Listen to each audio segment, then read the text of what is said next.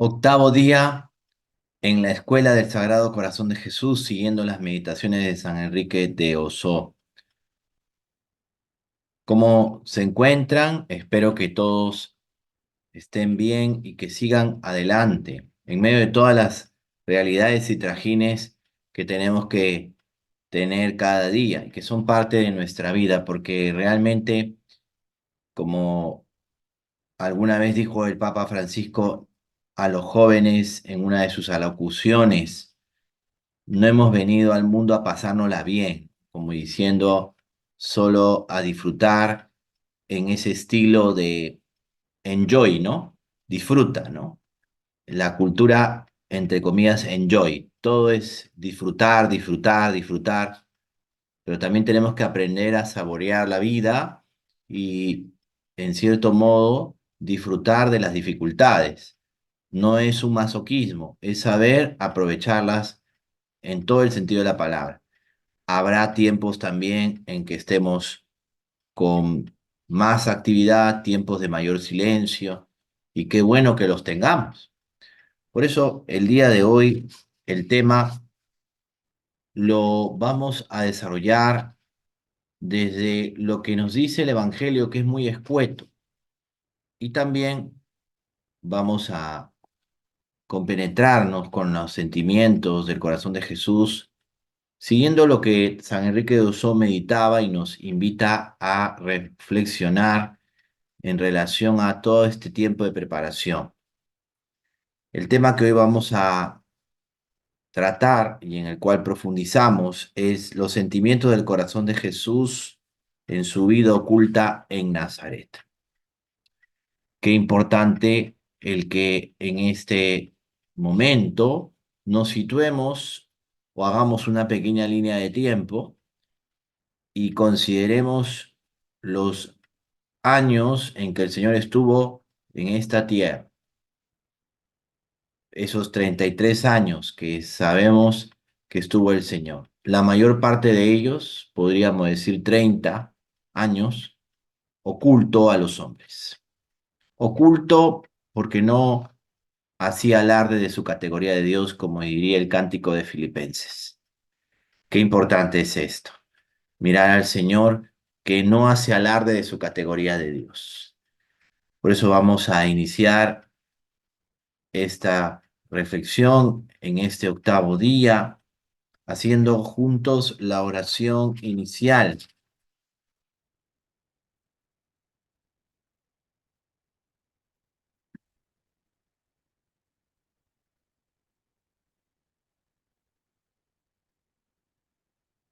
Yo te adoro, corazón sacratísimo de mi Jesús, y te amo con todo mi corazón, con toda mi alma y con todas mis fuerzas, y me pesa de haberte ofendido, porque eres bondad infinita y me amas con inmenso amor. En ti, corazón sacratísimo, están reunidas todas las maravillas de la naturaleza, de la gracia y de la gloria, todas las virtudes y dones esparcidos por todas las criaturas, todos los tesoros de la sabiduría, bondad, ternura y ciencia de Dios. Tú eres el huerto cerrado, el horno de fuego, el arca de Dios, la vara florida, el maná del cielo, la fuente de todas las gracias y consuelos, las delicias de la Beatísima Trinidad. De tu corazón amantísimo, oh Jesús mío, recibieron el celo los apóstoles, la sabiduría los doctores, la pureza las vírgenes, la fortaleza los mártires, la paciencia los confesores, la victoria los tentados, el valor los débiles, la alegría los ángeles, el terror los demonios, la gloria el mismo Dios. Bienaventurado el que te ama, te honra y te sirve, porque tiene escrito su nombre en tu divino corazón. Oh corazón santísimo de Jesús, da luz a mi entendimiento y afectos ardorosos a mi corazón, para que aprenda en esta tu escuela la virtud del sacrificio y sobre todo tu mansedumbre, humildad e inmensa caridad, y que conozca y haga en todas las cosas tu santísima voluntad. Oh corazón inmaculado de María, santos ángeles y justos del cielo y la tierra, présteme sus encantos amorosos para honrar y desagraviar debidamente al Dios de mi corazón y al corazón de mi Dios. Amén. Notemos, queridos amigos, que el sentir de la oración también va en esto, ¿no? En lo que cada uno de nosotros contempla y realmente nos asombra, nos maravilla contemplar el corazón de Cristo, contemplar su santa humanidad, contemplar expresiones de amor tan grande por nosotros, los hombres. Esto nos enaltece y Él eleva nuestra condición humana porque se despojó de todo por hacernos grandes, por decir así. Y vale la pena que en este día, pues, hagamos la siguiente petición. Revísteme, oh corazón de Jesús, de tus sentimientos y afectos en la casita de Nazaret. Cuando ingresé al preseminario, eso fue en el año 1990, y me ha tocado tantas experiencias, no es que sepa mucho o que haya vivido mucho, no es que sea un gran, vamos a decir así, sacerdote, no es cierto. Yo creo que estamos en ese camino y hacemos mal a veces en pensar que el sacerdote nace santo o es santo o no. Qué importante que recordemos algo que es muy valioso, que la jornada de oración por la santificación de los sacerdotes es el día del Sagrado Corazón de Jesús. Por eso, realmente, cuánto necesitamos del amor de Cristo para ser buenos sacerdotes. Y por eso recordaba y les decía que cuando ingresé al seminario había una placa de mármol que decía: Nazaret es la escuela donde empezamos a conocer a Jesús, a entender a Jesús. Y abajo decía Pablo VI. Esa frase que acabo de decir es la que San Pablo VI pronuncia en su visita a Tierra Santa, me parece, en 1964, cuando se encuentra en Nazaret, la ciudad en la que más tiempo estuvo el Señor, y oculto, como decía, a los ojos de los hombres. Por eso, cuando tomamos el dato del Evangelio, y vale la pena hoy leerlo, cuando el Evangelio dice una primera mención de la vida oculta de Jesús en el capítulo 2, me refiero al Evangelio según San Lucas, versículos 39 al 40. Así que cumplieron todas las cosas según la ley del Señor. Leo el texto de la versión del Evangelio según San Lucas que está en la Biblia de Jerusalén. Así que cumplieron todas las cosas según la ley del Señor, volvieron a Galilea, a su ciudad de Nazaret. El niño crecía y se fortalecía, llenándose de sabiduría, y la gracia de Dios estaba sobre él. La primera mención a la vida oculta, que después de todos los acontecimientos vuelven o ya están ellos en Nazaret. San Lucas no nos menciona el momento en que el Señor es perseguido, no menciona eh, la persecución que hace Herodes del niño, ni la huida a Egipto. San Lucas no menciona eso. No quiere decir que no se dio. La versión de su evangelio incorpora textos propios y no repite textos que se encuentran en los otros dos sinópticos, tanto el de Mateo como el de Marcos. Y por eso este es un propio de San Lucas. Es la primera mención de la vida oculta. Lucas 2, de versículos del 39 al 40. Y la segunda mención, al final del capítulo 2, cuando Jesús, cuando recuerden el episodio en que él está entre los doctores, se ha perdido, entre comillas, en Jerusalén durante una de las peregrinaciones que él ha hecho. con sus padres, su padre custodio, San José, y su madre, la Virgen, María. Y bueno, sucede lo que hemos comentado en algún momento, ¿no? Que el Señor está en las cosas de su Padre. Y por otro lado, algo que llama la atención es de que vuelve nuevamente, porque se somete a sus padres y vuelve nuevamente a Nazaret.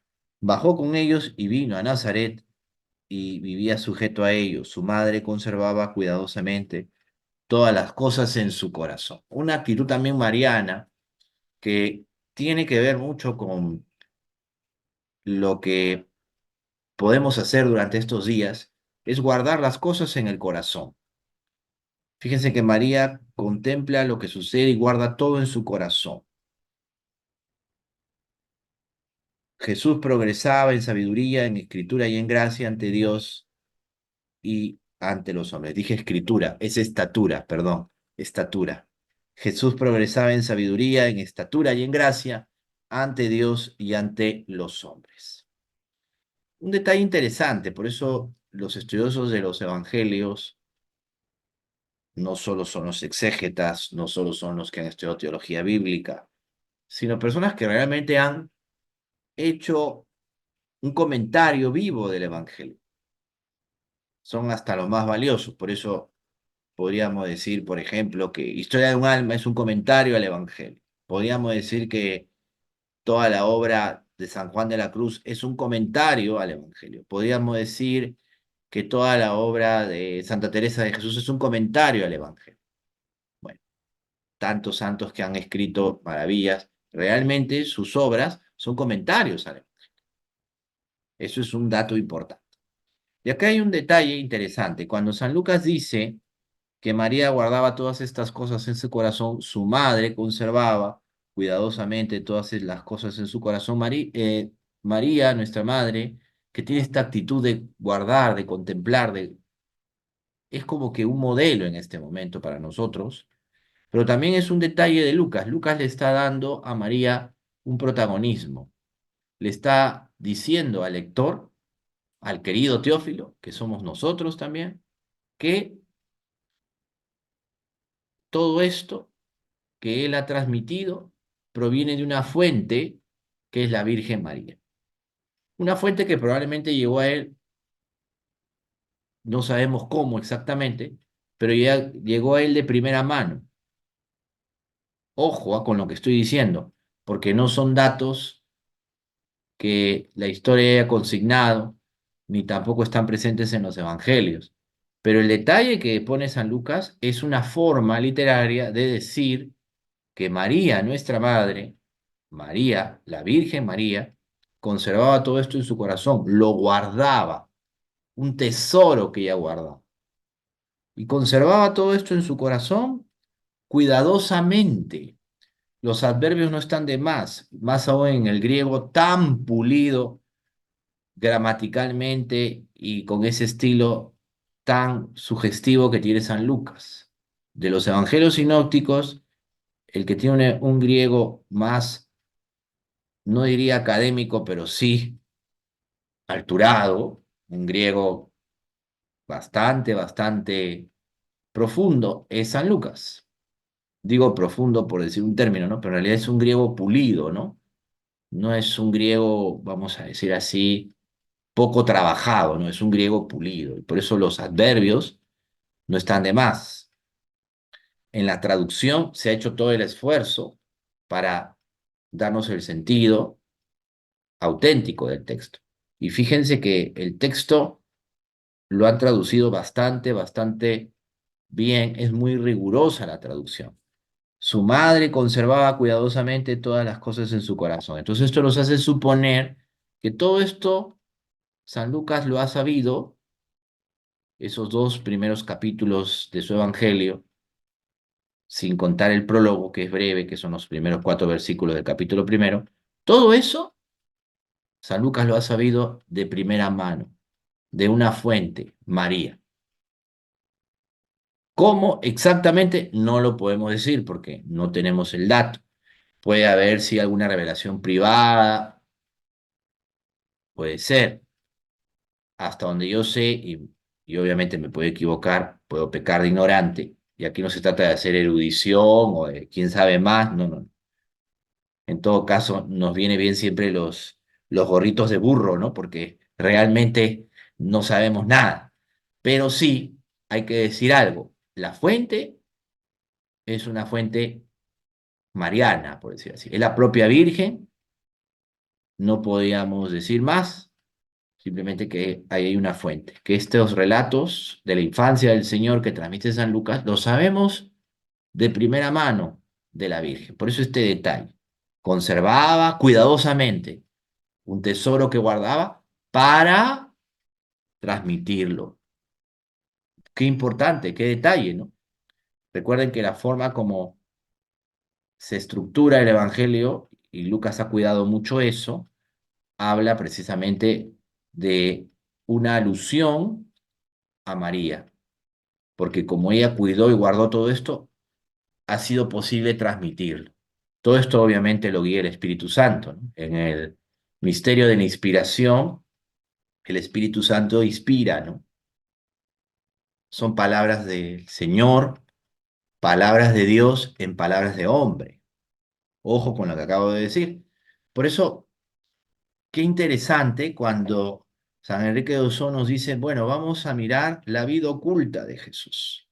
Yo simplemente estoy aderezando un poco el sentido de la meditación para que no nos dispersemos y no paporreteemos tanto la lectura como diciendo vamos a memorizar o vamos a aprender mucho, ay, qué lindo, y nos quedamos a veces en expresiones que San Enrique de Ossó tenía y que las vamos a leer en el texto, pero no son a veces las más importantes. O sea, también tendríamos nosotros que tratar de entender que este santo nos está introduciendo, o sea, él está abriendo la puerta para que miremos un misterio. No nos vamos a quedar en el portero, tampoco en mí, obviamente, yo sería el ayudante, qué ayudante, ¿no? El acólito del ayudante del portero, ¿no? Pero el portero, que sería San Enrique de Oso, está abriendo la puerta y te está diciendo, mira, la vida oculta de Jesús es algo tan esplendoroso, pero hay que tener los ojos para contemplar. Por eso esa frase tan hermosa de San Pablo VI cuando está en Nazaret y dice Nazaret es la escuela donde entendemos la vida de Jesús. Qué fuertes palabras. San Pablo VI en su peregrinación a Tierra Santa las dijo. En Nazaret. Escogió ese lugar. Obviamente hay una inspiración muy grande del Espíritu Santo. Es el Papa. Y un Papa que también pasó mucho. Y hay que decirlo con toda la claridad del caso. Pasó mucho San Pablo VI. Pasó mucho. Padeció mucho. Pero se mantuvo en la fe. Y nos dio todo un testimonio, ¿no? Por algo es santo, ¿no?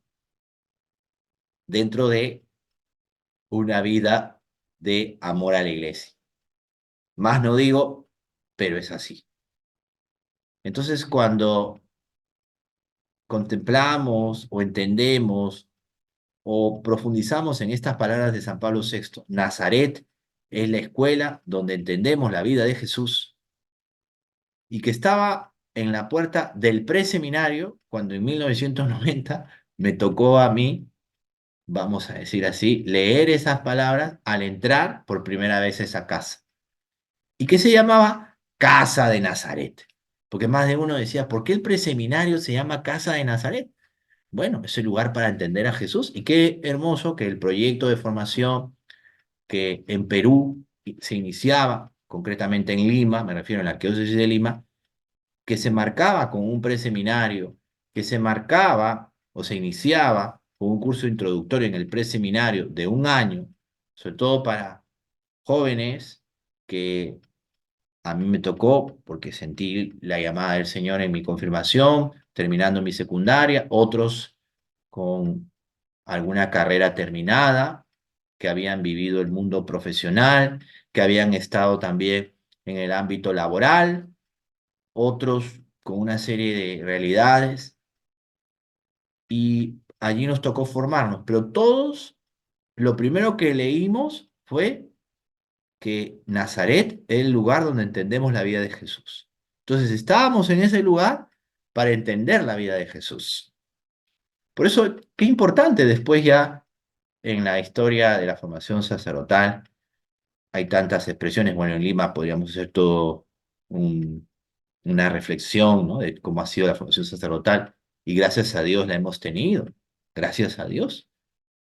Y hay que darle gracias al Señor porque Nazaret nos hizo entender la vida de Jesús, hasta donde pudimos entenderla. Por eso, cuando en este primer punto, San Enrique de Oso dice, bueno, qué tan grande es este misterio que nos ofrece el Señor. Un misterio, pero enorme. Pero a veces no lo captamos, no lo saboreamos, no lo disfrutamos, porque nos parece bueno. Y a veces también podemos caer en inventarnos cosas, ¿no? Ya algunos con un sentido piadoso empezaron a inventar sin partir de la fuente verdadera y empezaron a inventar y salieron los apócrifos, ¿no? Hay alguna literatura piadosa que, bueno, puede considerarse. Hay las visiones, pues ya de Catalina Emmerich, que es beata, que algo se puede considerar también entendiendo que dentro de lo que Catalina Emmerich, Ana Catarina Emmerich, contempló esas revelaciones privadas que tuvo, y es una beata, no es cualquier persona, vamos a decirlo así. Hubo un amanuense, Clemens Brentano, que también puso de lo suyo, y por eso en el proceso de canonización de la beata Ana Catarina Emmerich se determina ya antes, pues que es muy poco lo que realmente ella escribió, porque hubo un amanuense, alguien que copió, y bueno, pues se salía un poco del guión, ¿no? Algo así, ¿no? No es que se salía del guión, sino que también ponía cosas de su propia cosecha. Entonces ha hecho difícil el tema, ¿no? Pero bueno, es un paréntesis que cierro aquí, no se me pierdan, no se dispersen, simplemente asumamos esto, ¿no? Entender la vida de Jesús. A mí me tocó descubrir esto a los 16 años entrando al seminario y toda mi vida ha sido ir entendiendo más. No es que ya, porque estuve en el preseminario o en un curso introductorio, ya todo se me hizo claro. No. Entender la vida de Jesús también en nosotros, porque como dijo alguna vez un sacerdote que nos dio los ejercicios espirituales, el mes ignaciano, el padre Ignacio Mugiro, que en paz descanse, jesuita él decía algo muy interesante. La vida del sacerdote muchas veces va a estar como la vida oculta del Señor. No digo que en la clandestinidad, pero sí, a veces sin grandes, vamos a decir así, expresiones de triunfo, aunque aquí en Latinoamérica, en algunos lugares, todavía pues hay respeto al sacerdote, gracias a Dios. No digo que en otros países no lo haya, pero hay otras realidades que no voy a comentar aquí. Pero sí, qué interesante lo que decía este padre, ¿no? Igual, celebraremos la Eucaristía en un momento con pocas personas o tal vez hasta solos. Allí también debemos entender la vida de Jesús. La mayor parte de nuestra vida estaremos solos. No quiere decir que esa soledad sea no grata. Hay que descubrirle el sentido. Hay muchas formas en lo humano de asumir la propia soledad, pero la más grande siempre parte de una vida de fe, de oración, donde sepamos también ordenar nuestra vida, descansar, comer, estar apropiadamente, tener un espacio, pues, ¿no? Adecuado. No es una vida de un misántropo ni de un hombre o mujer melancólicos, pues, ¿no? Que no. Tiene que ser la vida de un discípulo del Señor, ¿no? Obviamente, ahora en la era digital, pues el celular o el dispositivo móvil nos permite comunicarnos, etcétera, etcétera, pero también está nuestra soledad, no podemos dispersarnos. O sea, esta llamada es como un campanazo, no de la campanita del, del aplicativo, ¿no? De este aplicativo virtual, ¿no? Digital, ¿no? Que te pone, dice, cuando te suscribes, tú puedes poner que me notifique siempre y pongo mi campanita, ¿no? Y me va a notificar siempre. Algo así, pero a un nivel más alto. Es un campanazo también este descubrir la vida de Jesús, la vida oculta, porque la mayor parte de nuestra vida va a ser así. Abramos los ojos, quitémonos las vendas de los ojos y démonos cuenta que la mayor parte de nuestra vida va a ser así. Una vida oculta, de servicio, en que estemos tal vez, pues, no sé, en un camino de tanta sencillez que solo Dios lo sepa. Es una realidad esto, ¿ah? No lo pensemos mucho, simplemente es una realidad. La cotidianidad de la vida. Ese pan de cada día va a ser siempre una vida de sencillez. No sé, no tendremos grandes esplendores, ¿no? Claro, cada día tiene su preocupación y el sacerdote de por sí, en estas realidades y en zonas de misión y en muchas otras partes del mundo, obviamente, tiene una vida intensa, pero no es su agenda particular que él se ha puesto, pues, una serie de actividades. No me refiero a su agenda particular, sino la intensidad de la vida será también una vida en la que entiendes a Jesús, en la que el Señor te da esa gracia. Y en la de cualquier cristiano católico, en la de cualquier discípulo del Señor, tiene que ser esto, entender la vida de Jesús. Por eso, qué importante es detenerse aquí y detenerse buen tiempo. Ha habido santos como San Carlos de Foucault, que toda su espiritualidad se basó en contemplar a la Sagrada Familia en Nazaret y él se consideraba un hermanito de Jesús. Por eso hay que mirar urgentemente este misterio tan grande.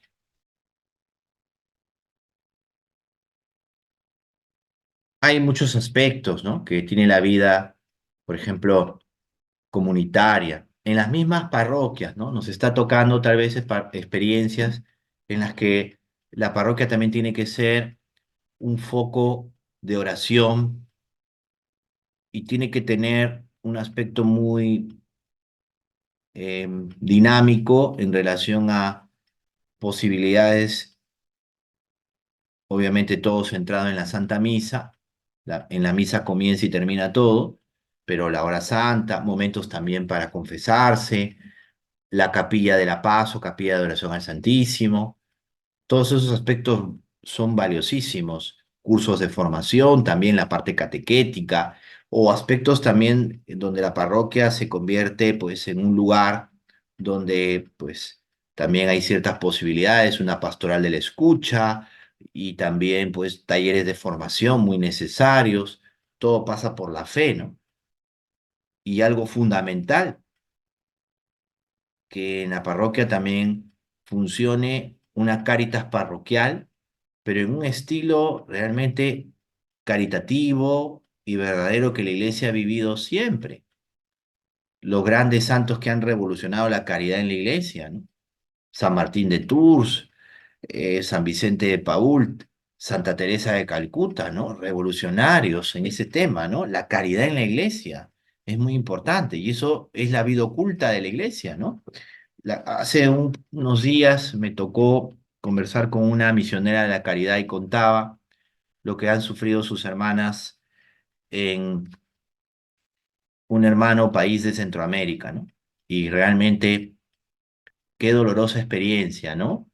La contaban con bastante, vamos a decir así, eh, dolor y en cierto modo, qué extrañaban las hermanas, cómo se quedaron estas personas sin alguien que les atienda. Y algo que realmente hacían ellas con bastante dedicación y oculto. ¿Por qué a veces hasta la vida oculta, vamos a decir así, de la iglesia, les parece preocupante algunos regímenes o simplemente hay alguien por ahí pues que lastima, hiere? Es, es, es interminable el enumerar tantas causas o razones que puedan haber por qué esta vamos a decir así, persecución o este encono, ¿no? Sobre todo por cosas que pasan a la mayoría de la gente desapercibida, porque no todos tienen esa sensibilidad. Y realmente, créanme, los que me escuchan, los que me ven, piensen en esto, ¿no? Es tan oculto esto, pero tan hermoso. Por eso decía, ¿no? En una parroquia tiene que haber, pues, todo esto.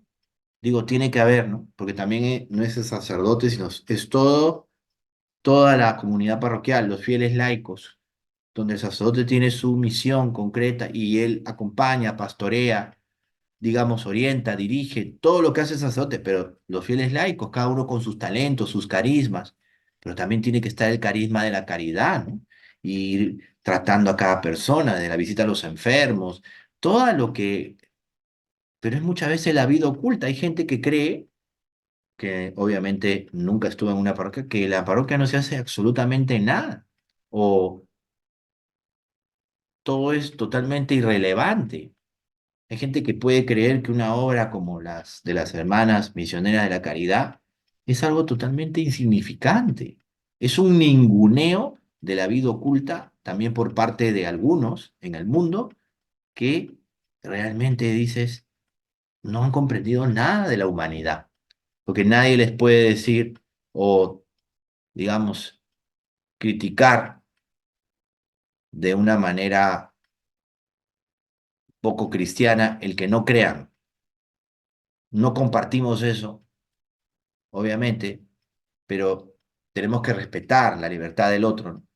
Pero llegar a ese nivel de agresión es realmente cegarse, ¿no? Por completo, ¿no? Y por eso lo digo, ¿no? Hasta puede ser que la vida oculta de la iglesia, de amor, de caridad, de servicio, algunos la sientan como una gran amenaza. Y es lo más falso del mundo. En el fondo, eh, es también las artes del mal, ¿no? Metidas en tantas realidades. Por eso decía aquel exorcista, ¿no? De una diócesis y ya muy mayor, ya él está pues en la casa de reposo y contaba él que había visto en su vida a lo mucho tres casos, decía él, de posesión diabólica, tres más, y en un caso tenía duda, más de 40, 40 y tantos años de exorcista, en dos diócesis, si mal no recuerdo.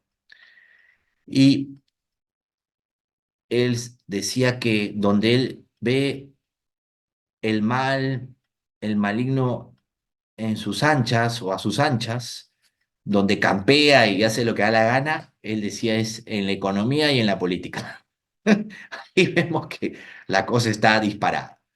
O sea, quizás alguno dice, ay, pues sí, pues hay demonios. Claro que puede haber y hay, pero donde realmente está bien, bien atornillado es en estas realidades, ¿no? Y la notamos en todas estas artes, ¿no?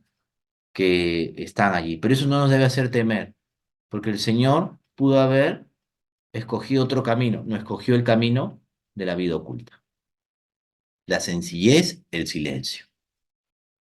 Por eso nuevamente nos detengámonos en la frase de San Pablo VI, Nazaret es la escuela donde entendemos la vida de Jesús, como puede ser también esta escuela del Sagrado Corazón de Jesús. Entendamos también lo que los evangelios dicen del Señor, ¿no? El Señor crecía en sabiduría, en estatura, en gracia, ante Dios y ante los hombres. Qué hermosa expresión. María conservaba todo esto en su corazón. Probablemente los momentos más felices que hemos pasado ha sido, y los más maravillosos de nuestra vida, han sido los del silencio, estas etapas donde hemos estado realmente creciendo en la escuela de Nazaret, los momentos más hermosos de nuestra vida.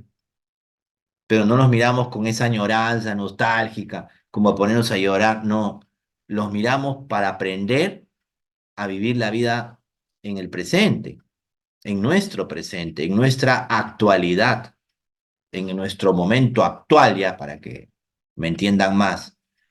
Y aquí debemos empezar, o sea, tenemos que construir nuestro Nazaret. Algunos se han ido a los extremos, no vayamos a extremismo, pero hay que construir nuestro Nazaret. Y Nazaret está siempre en la vida de oración y también en la vida de caridad de la iglesia. Una cosa trae la otra y las dos van de la mano. Y eso hace muy creíble la fe, la compasión, ¿no? El amor y el amor al hermano. Dejémoslo aquí y vamos a pedirle al Señor que nos ilumine. Realmente el mejor ejemplo lo tenemos del propio Señor. Vivió su vida oculta, parte de su infancia, su adolescencia, si quieren, utilizando las etapas de la vida humana, ¿no? Siguiendo una psicología, bueno, humana, ¿no? Infancia, adolescencia, su adultez, dentro también de lo que los evangelios nos enseñan, obviamente, y además mirando pues el tiempo que él vivió, en el que él vivió entre nosotros, porque vive para siempre, para interceder por nosotros, como dice la carta de los Hebreos, pero el tiempo en que él vivió entre nosotros, sigue viviendo entre nosotros, por supuesto, aunque no lo veamos, está con nosotros, siempre en Eucaristía principalmente, pero siempre está con nosotros hasta el fin de los siglos, hasta que vuelva para juzgar a vivos y muertos. Eso es lo que creemos. Pero en toda esta expresión, en esta aventura de Jesús en la tierra, del Señor en la tierra, desde que se hizo hombre, asumiendo en todo nuestra condición humana, menos en el pecado, en lo auténticamente humano, y pasando por tantas cosas, enseñándonos a vivir, enseñándonos también el valor de lo oculto, no de lo oculto en el sentido raro o esotérico, sino de la vida oculta, de la vida de sencillez, de la vida de todos los días que todo ser humano tiene, de esa vida que a veces algunos desprecian porque no es eufórica. No, no debemos despreciar, es parte de nuestra vida. Y por eso mirar al Señor ahora y decirle que es el mejor ejemplo que tenemos, el mejor ejemplo. Cuando yo pienso en un ejemplo, sería el mejor ejemplo, que lo puedes trasladar a tu vida de todos los días.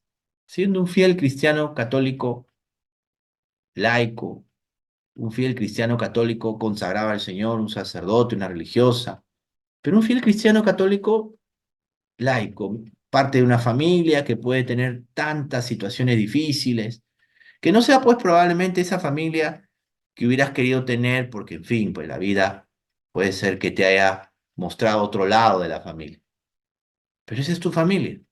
Y poder decir, bueno, ahí estoy con ellos, ¿no? Comparto con ellos. Es parte de mi familia, también es parte de mi vida oculta, mi vida de silencio, de mortificación, de alegría, de esperanza. Qué valioso es reconocerlo. Por eso el mejor ejemplo, el Señor.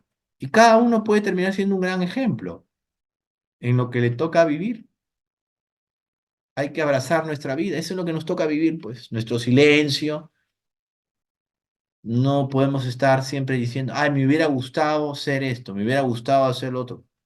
¿Y qué cosa tienes a la mano que te gusta? Abrázalo, quiérelo, disfrútalo. Es donde tienes que santificarte. No te vas a santificar en la vida del otro, ni, ni más allá, ni más acá. Te vas a santificar en lo que te toca, en lo que está a la mano. Y dale gracias al Señor, ¿no? Porque eso también es valioso. La vida ordinaria, no lo ordinario tan solo en el sentido de lo vulgar, no, no, no. La vida ordinaria, lo ordinario también se convierte en extraordinario, pero cuando realmente lo vives con amor. Por eso hoy día el mejor ejemplo es el Señor. Sí, alguien que siguió al Señor, ¿no? Y que realmente nos enseña tanto, a quien le tenemos mucho amor y aprecio, y que desde niños hemos tenido una gran amistad con él, ¿no? San Martín de Porres. Qué hermoso ejemplo, ¿ah? La verdad que yo me conmuevo mucho porque no me hubiera atrevido a hacer lo que él hizo. Por ejemplo, donarse a un convento para hacer los trabajos más, vamos a decir así, despreciados por muchos. Yo no me hubiera atrevido a hacer eso, pero veo tanto amor en él y yo siempre he admirado la habilidad de Martín de Porres con sus manos, un gran servidor de sus hermanos, lo que llamaríamos alguien que entraba en todo, desde limpiar, desde atender a un enfermo, desde, no sé, curar a una persona que tenía un problema, pues, no sé, eh, estomacal, tantas cosas, el servicio, ¿no? A mí me conmovió mucho cuando leí el testimonio de aquel médico de Tenerife, en las Islas Canarias, territorio español, obviamente, que fue curado, ¿no? Por San Martín de Porres, y es el milagro de su canonización, ¿no? Cómo le cambió la vida conocer a este santo, y él decía que se hizo amigo de Martín de Porres desde ese momento, su gran amigo. Y qué bonito, ¿no? Porque ves un hombre que se construyó así, o que el Señor quiso hacerlo así, pero él correspondió siendo él mismo. Entonces ves un modelo de servicio tan grande, pero se aprende en estas cosas, ¿no? Gran devoto de la Eucaristía, del Rosario, servidor de sus hermanos, ¿no? Yo estoy muy cerca de donde él con San Juan Macías eh, trabajaban la tierra, donde era la Recoleta o el huerto de los dominicos, donde está ahora la iglesia del Patrocinio, el convento, que bueno, es un monumento, estaba el Instituto Sevilla, donde estudió mi abuelita, estuvo ahí internada cuando había internados en ese tiempo, y bueno, siempre me conmueve mucho ver, oye, aquí estuvieron ellos, ¿no? Estoy muy cerca, caminando serán 10 o 15 minutos, a mi ritmo, ¿no? Al de ustedes, no sé. Y en auto será pues 5 a 10 minutos si no hay tráfico. A veces hay un tráfico horrible por ahí, pero bueno, ya, lo pasas rápido ya. A lo mucho es la misma, a veces me llegas más rápido a pie que caminando, pero está muy cerca de aquí, Los Descalzos, ¿no? Una zona tan hermosa del distrito del Rímac, y ahí al costado está el convento del Patrocinio, donde estaba la Recoleta de los dominicos. Ahí cultivaban la tierra, etcétera, etcétera. Y Martín llegaba, les enseñaba a los labriegos, a los campesinos, de todo tipo de personas, de todas las razas que habría en ese momento, y luego hacer la catequesis con ellos. Realmente eso respira mucho, ¿no? Rezar el rosario, hacer la catequesis y ver a quién necesitaba. Eran sus pobres, a quienes conocía, con nombre, su trato delicado, justo. Realmente esa es la vida oculta de Martín de Porres, pues, ¿no? Claro, es muy bonito decir, ah, hizo este milagro, hizo el otro, pero la vida oculta también es muy, muy milagrosa, por decir así. ¿Cuánta gente vivió su fe gracias a ese testimonio? Hasta nosotros que estamos en el siglo XXI, ¿cuánto nos ayuda? Por eso son santos que no van a pasar nunca. ¿Por qué?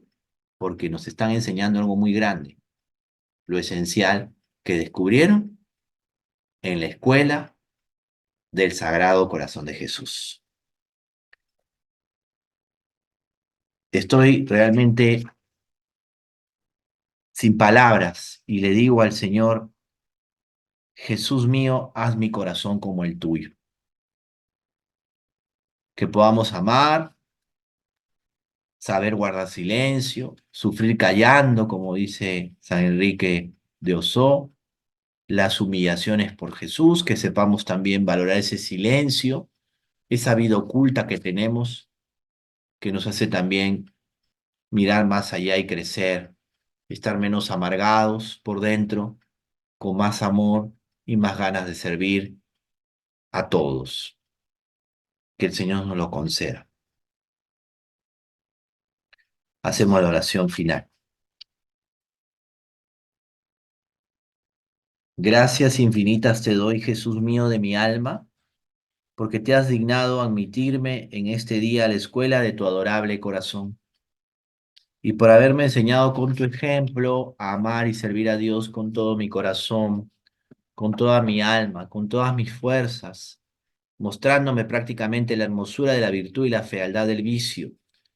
Yo te prometo, con la ayuda de tu gracia, practicar con las obras lo que tú me enseñas, con la palabra y el ejemplo, y presentarme mañana al volver a tu divina escuela, escuela del corazón, escuela de amor, muchos actos de vencimiento, de amor, de sacrificio, amándote por los que no te aman, adorándote por los que no te adoran, y glorificándote por los que te agravian. Oh corazón misericordiosísimo de Jesús, convierte a todos los pecadores, da perseverancia a todos los justos, liberta a todas las almas del purgatorio para que no formemos todos los hombres más que un solo corazón y una sola alma que te adore, te ame, te reverencie, te sirva y te glorifique como tú quieres y mereces en el tiempo por toda la eternidad. Amén. Sagrado corazón de Jesús, en vos confío. El Señor esté con ustedes y con tu espíritu. La bendición de Dios Todopoderoso, Padre, Hijo y Espíritu Santo, descienda sobre ustedes y les acompañe siempre. Amén.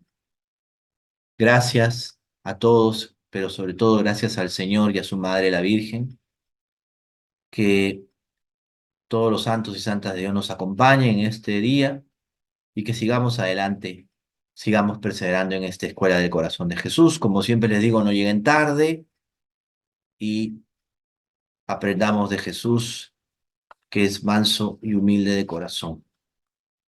Que Él siempre nos recuerde esto. Bendiciones.